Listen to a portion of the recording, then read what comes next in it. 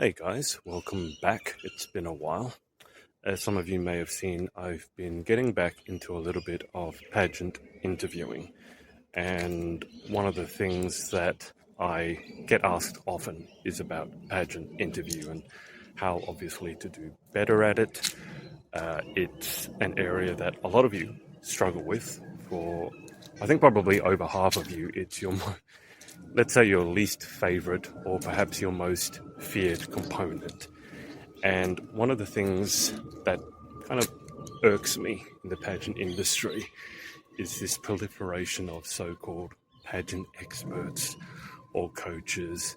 And one of the things that really bugs me with them is when you do well, when their client does well, they like to take credit for it. I've seen examples of coaches who presumably are getting paid and then still insisting that the client tags them in all of their posts. And so I wanted to give you some ideas as to how you could improve your pageant interview performance. And these ideas are not ideas that I've heard any other interview coach talking about. None. Now, that's not to say that none of them have, just to say I haven't seen it. And obviously, I've been around the pageant space for a while now. And I will tell you this, the good news is this won't cost you a cent. I'm not saying you have to come to me. I'm not saying there's a particular coach who does it right and you have to go to them. This isn't going to cost you a dime, assuming you have a mobile phone, which almost certainly you do. Now, let me start this off with a story. And this is going to be important because it will show you that this is not just something, it's not just a theory in my head. I've used this myself, and it's not even in the interview area. It's in an area where this would be much more complicated. So going back, it would have been close to 2 decades ago now. I always loved tennis growing up. I wasn't any good at it. It was the one sport that just appealed to me. Now, there are lots of reasons for that. I won't go into all of them here. But for example, it's an individual sport. There's a lot of nuance to it. So it's kind of quite easy to get into if you're reasonably coordinated. But it's impossible to master. There's always something that you could be improving at. I love the fact that it was an individual sport, as I think I said already. And also, it's not a timed sport. Yeah, so tennis, you don't go and say, okay, let's play a match, and whoever has the most points at the end of an hour or whatever it is, they're the winner. No, tennis is always you play until you win or lose, which means it's a highly mental game because you could be on the verge of winning, and then what happens sometimes? Choke. Right now, if you don't know what that means, it means you really should be winning now, because maybe if you don't know tennis scoring, maybe this will be meaningless to you. But let's say you're 5-love up, you're 40-love up and you're serving, you have triple match point. At this point, you really should win. But there are some very famous examples of professional athletes who have found a way to lose from that position. I guess the other way you could look at it is there are many examples of famous athletes who have found a way to win when down like that. And so for many reasons, I love tennis. But as I said, I wasn't any good at it.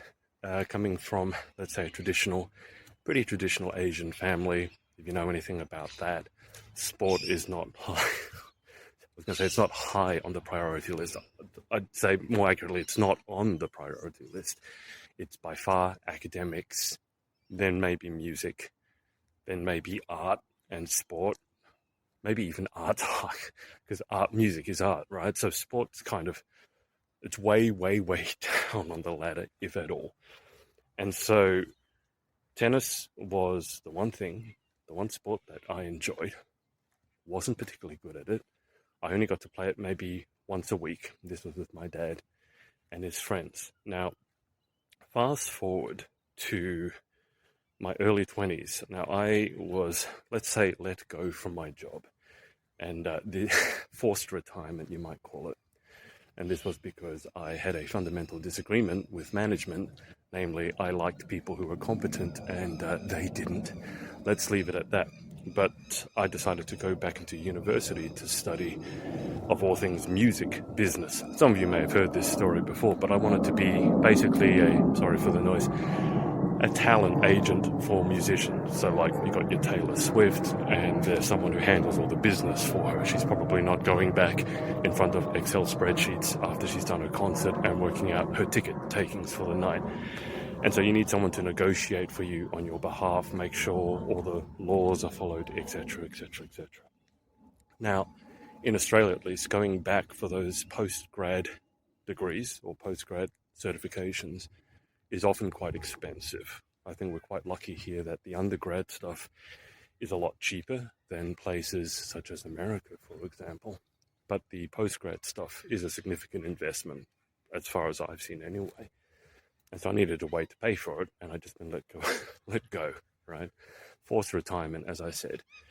And so I was thinking, okay, what's a way that I could earn some part-time income? Because I'm going to have to be studying. I can't probably take on a 9 to 5 because I needed to be there in the city studying. It wasn't something you could do by distance. And so this idea came into my head. I randomly took because I wanted, at that point, I was getting into my tennis.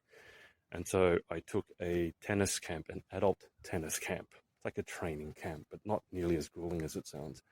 And I went to a local tennis club, and it was about maybe 2 or 3 days.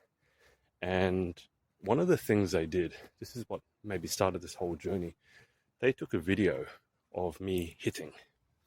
Now, if you've ever seen a video of yourself doing something for the first time, and you've never seen yourself before, almost everyone is shocked.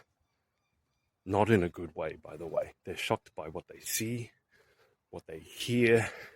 They look at it and go, oh my God, do I really look like that? Do I really sound like that? Sad answer is yes, the camera doesn't lie. But that was one of the things we got back from this tennis camp, was a video of us playing.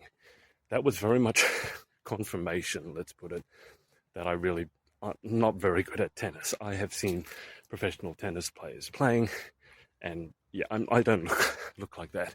I said I look like a flea hitting Tic Tacs. It just wasn't good. It was terrible. But I thought, well, I love tennis, and I've just gone to this local tennis club. I enjoyed myself. I like the way they do things. Maybe I could become a tennis coach. I don't know how that thinking process worked out. I had no experience with tennis, but I thought I could become a tennis coach. Who knows why? Maybe at this point I should say I have been diagnosed with ADHD. Maybe that has something to do with it. Anyway, so long story short, I did end up getting a position as a very entry-level tennis coach, because obviously I wasn't good enough to coach anyone more advanced. But it was at that point that I decided I want to take tennis, in inverted commas, seriously. And the tennis club had things that made that possible. Now, I didn't have the funds at that point to take on a private tennis coach. I didn't want to do group coaching. I find that in tennis at least very ineffective, because everyone's at a different level. And even if you're at the same level, there's no guarantee that you want to work on the same things. So if I was going to go with coaching, it would have been private, but that was too expensive. Luckily, now that I was working there, I had access to a ball machine. Now, if you don't know, a ball machine literally is a big machine with counter-rotating wheels, and it throws a ball at you. It's one of the big things with tennis training that it's kind of a logistical problem, is you need someone to hit with you. And if you're no good, like I was, you need someone who's very patient, because if they're good, they're not going to be very interested in hitting with you, and they're really bad, then you don't get to hit any balls. You spend the entire time just picking up the balls. So I decided, okay, I want to get good, can't afford a private coach, don't want to do group coaching. Here's what I'll do. I'll teach myself. Now, I want you to get that. One of the reasons that I want you to really think about that is coaches, professional tennis coaches, would never tell you that you can teach yourself tennis. Think about it. You would need someone to hit the ball to you. You would need someone to correct you. You'd need the feedback, and you need time on the court. It's going to take a long time. Also, if you have no talent as a kid, or you haven't really played tennis growing up, you're too old, it's too late to learn, etc., etc., etc. Now, I solved all those issues. So rather than needing a person on the other side, I had access to the ball machine. Luckily, working as a coach now, I had access to the courts for free, as long as no one else needed them, no other clients needed them. But the one thing that I want to impress upon you is, how am I going to know whether what I'm doing is good or not? Now, the easy answer in this case, look at a professional player. And by the way, don't just look at an average professional player. Look at the best who have ever played the game and learn and study how they do what they do, with the belief, mind you, that I may never be as good as them, but if I do what they do to the best of my abilities and understand why they're doing what they do, I'm going to get as good as I possibly could. At least I'm going to be probably a lot further along than simply having a coach. This is a thing in tennis coaching, I don't know about other situations, where they hit a ball to you, you hit the ball back, and they say one thing. Then they feed you another ball, then you hit a ball, and then they say another thing. And then they say another thing. So you end up, after a half hour or 1 hour session, with 10 billion things that they've said, none of which are connected, and you haven't improved at all, if you're honest, right? I mean, you've spent time on court, so that's something, but you don't have any concrete plan forward. You haven't seen what you look like, by the way. So, for example, if I tell you you need to follow through more, if I say that to 6 students, 10 students, that's going to mean 10 different things to 10 different students. So to get around that, I studied professional players. Now, I was lucky because at that club, they had, back in those days, the internet was only just kind of beginning. It might not even have existed. It gives you an idea how long ago this was. But they had these Japanese tennis magazines. And the Japanese are crazy about tennis, by the way. And in these tennis magazines, you would have like almost frame by frame, not quite, but a frame by frame sort of strip, a comic strip of someone hitting a shot. I remember Roger Federer was just starting to come into his greatness then, so there were shots of, Federer hitting his forehand, the preparation, the contact, the follow through, all that stuff. And so I was like, okay, I've solved one problem. I know how the greatest in the world do what they do. So I'm not guessing anymore. I'm not going, oh, maybe I should do this, maybe I should do this. I can look at it and go, well, he did that or she did that. So let's try that and try at least to understand it. So that was problem number one. I know what to do. Number two, how am I going to know what I'm doing? Now, this is a part where it's so much easier in this day and age. You have a phone. One of the things that a phone has is a camera. So you can easily get a tripod, get a Steadicam, attach it to the fence. You can easily record yourself doing practically anything in this day and age. Back then, I had to get a video camera. I also had to get expensive, fancy software for my laptop. By the way, I had to get a laptop to replay the shot that I had just hit. And by the way, setting all this up cost thousands of dollars. Basically spent all the money I earned coaching in my own fledgling tennis career. But what's the point here?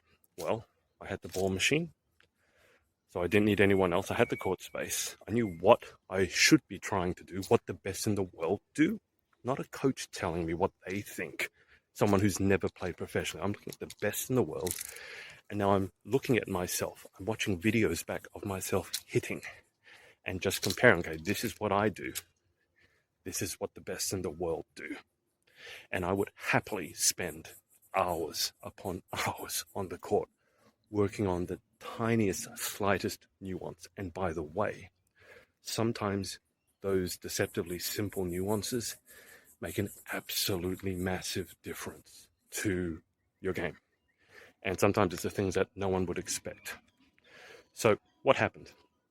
Well, probably a few months later, guess what? I had improved out of sight.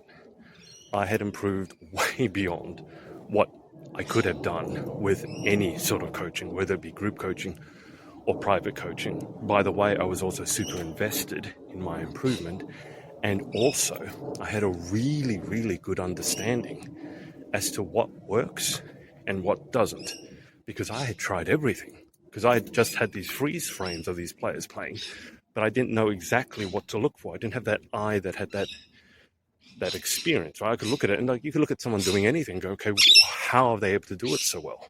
I don't know, maybe it's a wrist position, maybe it's a head position, maybe it's their footwork, who knows?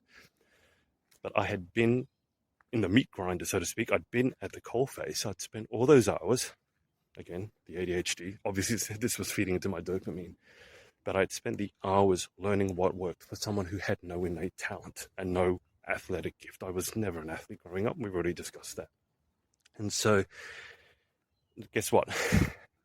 That also made me an amazing coach because I could take someone who had no innate ability, let's say, and at least give them some ideas as to how to improve that really worked based on my practical experience. Whereas a lot of the other coaches who I was working with, they were only interested in working with, like, not pro players, we didn't have those there, but just under that level, like really advanced players. Because obviously it's more fun to hit with someone who can hit the ball back rather than when you hit the ball back, they get smacked in the face by it. But, and look, if you want to play, that's obviously more fun. But as a coach, I always thought it was a better challenge to take someone who had no idea what they were doing and to get them to the point where they were excited. It didn't matter the amount of improvement, but they were excited to be able to start doing something like I did that they really had no idea they could actually do. And so when you're beginning, that's actually a lot easier because you might go, I could never play tennis. Yeah, every time the ball comes to me, I swing and miss. So for you, even making regular contact with the ball could be a massive encouragement. And I knew how to do that because I coached myself, looking at the best players in the world, watching myself playing, and then worked out what works and what doesn't. Now, fast forward, maybe a few years later, I became head coach now of a high school near here, an all-girls high school that had a competitive team, a competitive state team. And the first day that I was working there, I was hitting with some of the girls, and one of the other coaches that was working there, who had been around a lot of competitive tennis growing up, she saw me play, and then she just casually asked, what comps did you do growing up? Like, which sort of tournaments have you played? Now, that was interesting to me because there was that underlying assumption that to get as good as I had gotten, I must have been playing competitive tennis, all my life, basically. And so that was a really interesting moment when I had sort of cheated in a way. No coaching. I did have a tennis coach once, I think, but for all 5 or 10 lessons, and I don't remember anything, except I played him once and I lost 6-love. That was terrible. It was interesting because coaches, the common wisdom would be, you can't teach yourself tennis. You don't know what to look for, who's going to hit the ball to you, etc., etc., etc. And I had proven that all wrong. Now, when it comes to your interview practice for pageants, I'm imagining now, if you're still with me, you can probably see where I'm going with this. You do not need a coach. Now, I'm going to preface this by saying, I'll give you an example. The students that I most enjoyed working with, and frankly, the students that I saw the most improvement with, were not the ones who were gifted, not the ones who were talented. Hard working was definitely helpful, obviously.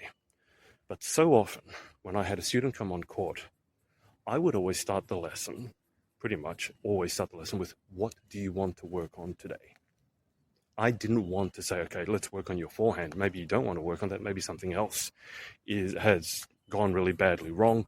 Or maybe you played a tournament on the weekend since I saw you last. So I would ask, how did the tournament go? I'm not interested in win or lose as much as, okay, what do we need to work on now? So it gives you feedback. Win or lose gives you feedback as to what do I need to improve.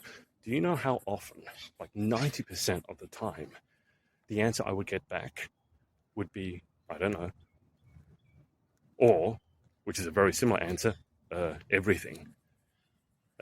And that just boggled my mind because how could you spend all this time playing competitive tennis, something that I didn't have the privilege of doing when I was a kid, come away from it and, let's say, very often lose and have no idea what you need to improve on?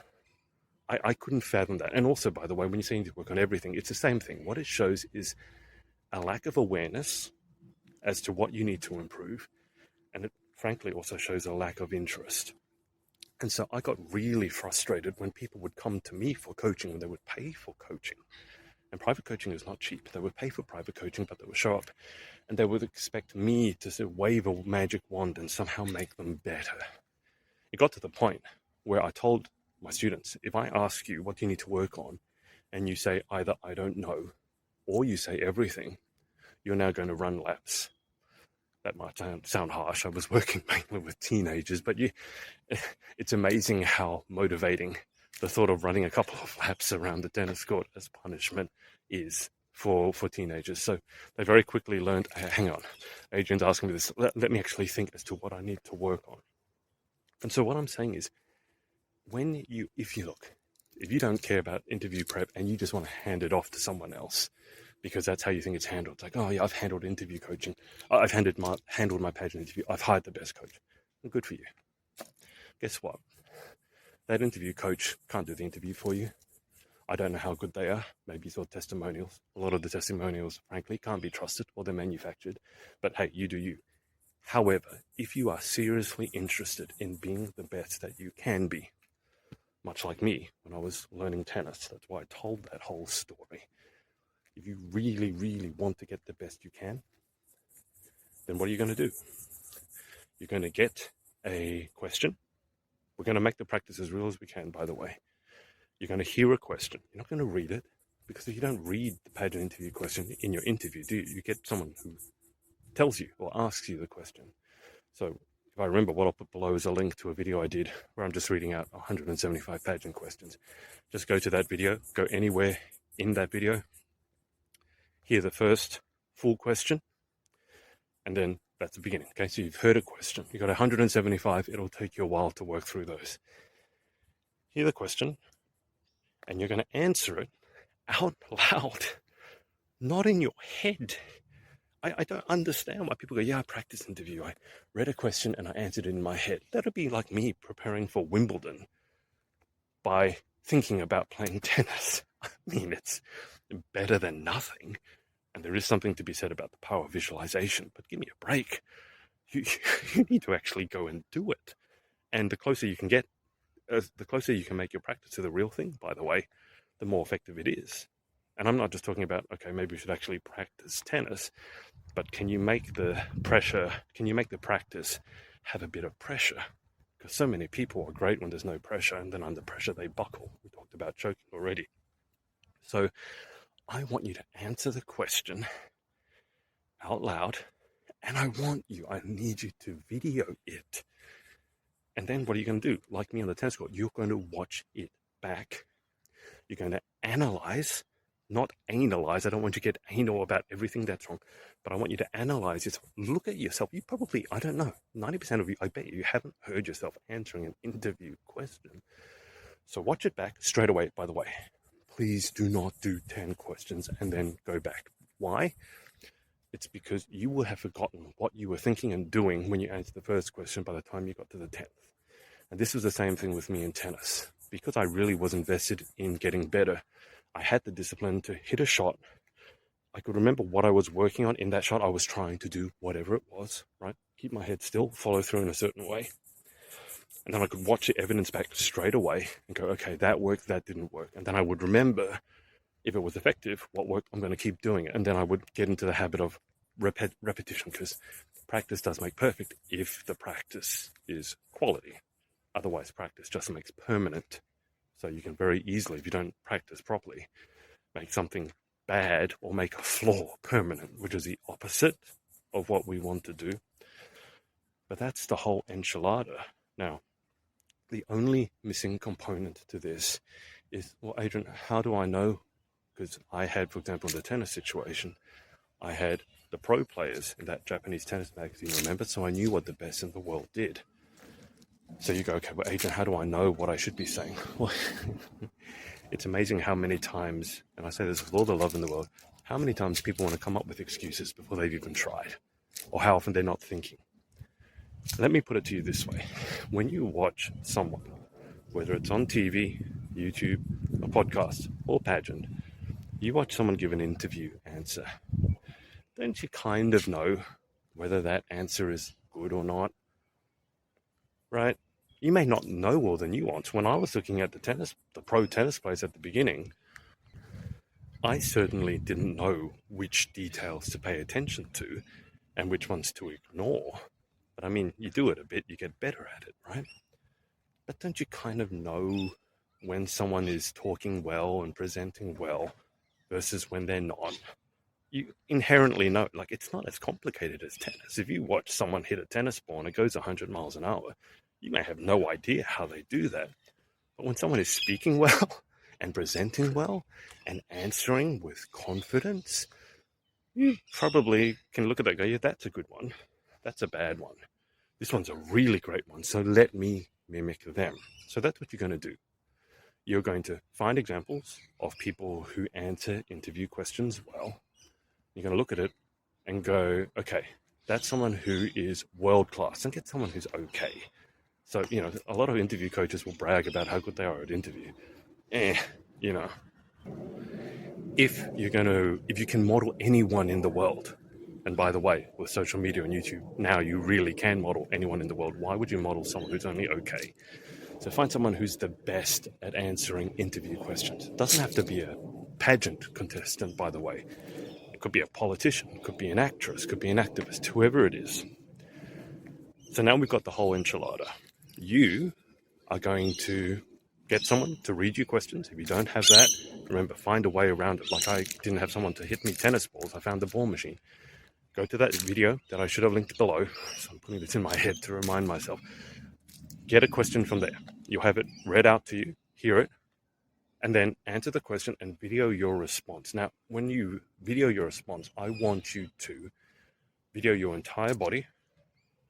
I want you to be sitting, if you would be sitting in the actual interview to answer the question. Don't stand up, because that's different. And if you want to go that extra mile, even wear what you're going to be wearing when you answer. Remember, we want to make the practice as close to the real thing as possible. Even better, we can make the practice tougher in some way by applying even more pressure or whatever it is, because then the real thing will seem easy by comparison. But basically, you're going to video whole body, and you're going to make it as close to the real thing as possible. Why whole body?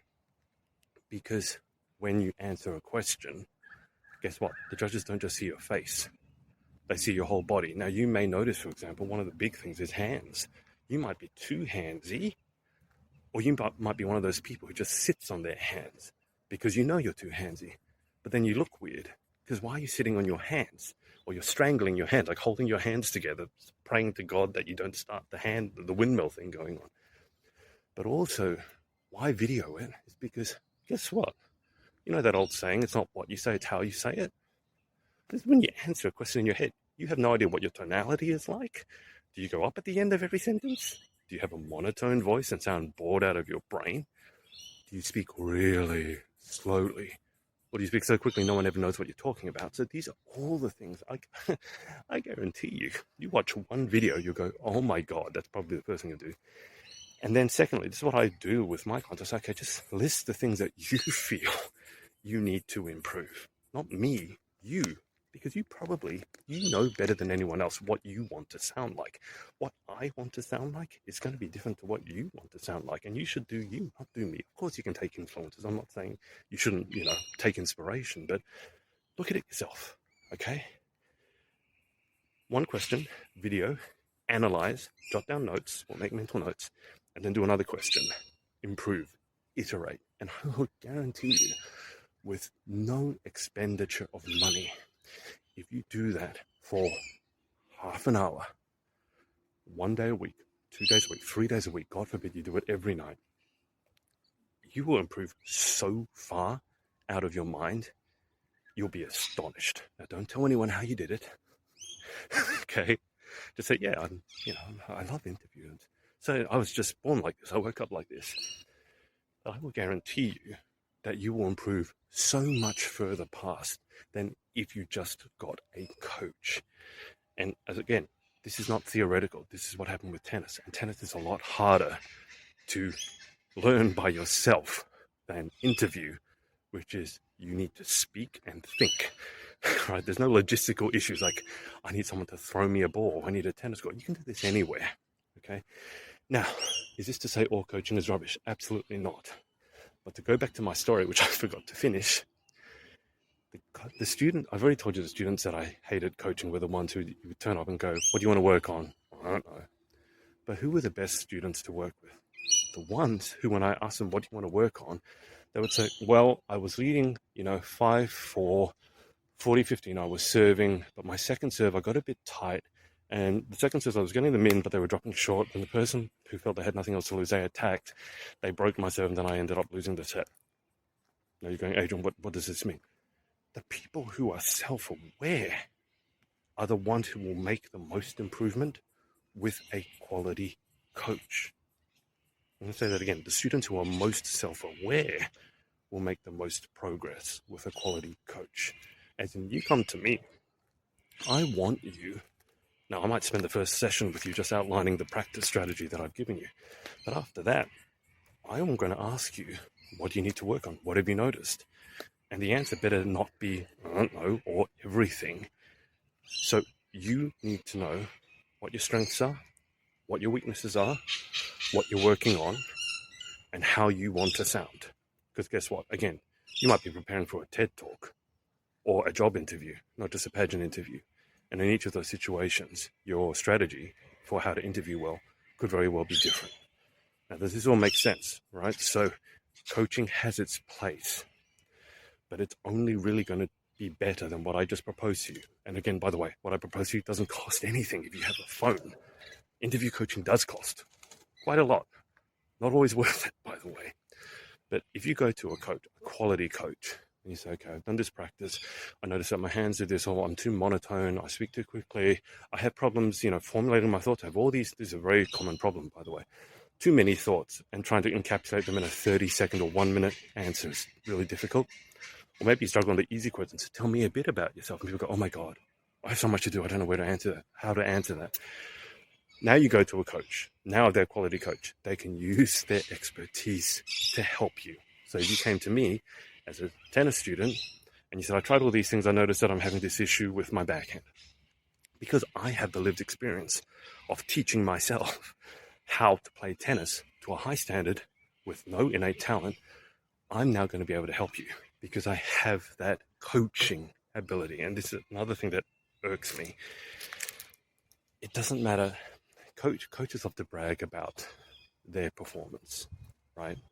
Oh, you should come to me because I used to be a Miss Universe. Big deal. Big effing deal. That's one aspect. But can you actually coach? That is a completely different question. If you go to someone, by the way, the best example of this is probably maths teachers or let's say computer programmers. And you go to them, they're really good at what they do, right? Then you say, I don't understand what's going on. Can you explain this to me? And then they explain something that you don't know in terms of reference to something else that you also don't know. Also, this whole programming code here, what it is because you're using an array here and you've extended the array. You need this index and you need to iterate. By the way, it's like, no. Explain this to me like you're explaining soup, right? Explain this to me like I'm a 5-year-old. So don't buy into the, I used to be Miss Universe, or I even won Best in Interview. That's great. That's one facet that is important. They need to know what they're doing. Number 2, can they coach? Now, learning how to coach is a completely different skill set. What made me good as a coach, and that's what the students said, by the way, I'm not just delusional in my head. The students loved the way I coached, and I was very effective. The parents loved it. What made me good as a coach, guess what? Was my own journey. Teaching myself with no innate talent, I got to know what works. So a coach, again, you should be doing your own practice first. That will help you build the self-awareness. Now, when you reach a point where you go, okay, I have this issue, but I don't know how to fix it, or I want that extra 5%, that's when you should bring on a coach, a quality coach. How do you know a quality coach? Number 1, they know what they're doing. So yeah, winning Best in Interview could be a good thing for an interview coach. Number 2, do they know how to coach? This is something that's a bit harder to tell because a coaching qualification often is meaningless, but it's something to bear in mind, okay? And when you go and have a lesson with them, you'll be able to work out whether they're good at teaching or not. And the third thing, there are 3 things here, by the way. It's just Do you have good rapport with the coach? So, there are some coaches that you will just get along well with, and there's some ones that just, that rapport is not there. And it's always better, I think, if you have a good rapport with a coach. That's very often because you have shared beliefs or values or shared experiences. But that's something to bear in mind. You want, obviously, a coach that you can get along with. So those three things, when it comes time to take on a coach, after you've done everything else I said, which is probably, if I'm being honest, saved you somewhere easily in the hundreds of dollars, maybe thousands of dollars. I guarantee you, if you've never done this before, even if you've had interview experience or interview coaching, and you practice the way that I just laid out, you will be staggered by the things that you notice that no coach ever would, because it's you. We're all our worst critics. Well, be that as it may, this is how you turn it to your advantage. I told this to a client of mine, and I messaged her. I said, what did you notice? Like that tennis example, I said, what do you want to work on? And I thought it'd be one or two things. I think there was a list of 10 things. they're quite not detailed, but each one is quite like on point. Each one's a separate thing, but you go, okay, yeah, maybe we should work on that. And then she jokingly said, certainly hope it was joking, said self-loathing is the key to improvement, which, I understand, because you do need that critical eye. We all are our worst critics. I'm just saying, let's admit that, try and control that, but also let's use it to our advantage. So watch yourself doing this and go, okay, this is what I need to improve. Maybe you don't notice 10 things. Maybe you only notice one thing. But hey, that's okay too, because your journey of improvement with your interview should be individual to you. You're different to anyone else who's talking, so you're going to have your own issues that you want to work through. So let me leave it there. I think this all makes sense, but if you have any questions, put them in the comments below. If you're watching on YouTube, if you're listening on the podcast, at least on Spotify, I believe there is an ability to leave a comment under the Spotify podcast as well. But you can always send me a message or an email, the Pageant Project at the Pageant Project, or info@thepageantproject.com if you want to send an email. And I'll be happy to answer any questions that you might have. And if you do want coaching, obviously I'm happy to help. But as I said, I really like working with people who show the initiative to go and work on themselves. I really have an issue with people who think they can outsource their excellence. No. Hiring a personal trainer doesn't mean you're in shape. It just means you hired a personal trainer and maybe spent a bunch of money. You still need to do the work. Yeah, that's why my tennis journey, me being able to play tennis, that's why I was able to do it. If I had hired simply a coach, even if I hired the best coach in the world, I still wouldn't be, like I said, I wouldn't be able to play tennis, but I would be nowhere near as good as I am now. And more importantly, from a coaching perspective, I would have no idea what works. Very often you ask these best people in the world, how do you do that? They're just like, I don't know, I just do it. That's why they're called talented, or that's why they're sometimes, the best in the world at what they do. So let me leave it there. Questions, comments, as I said, let me know. And sure, if you hear this and you go, yeah, I jive with that, and I want to book in with this crazy Australian, go ahead and do that. I'll speak to you soon.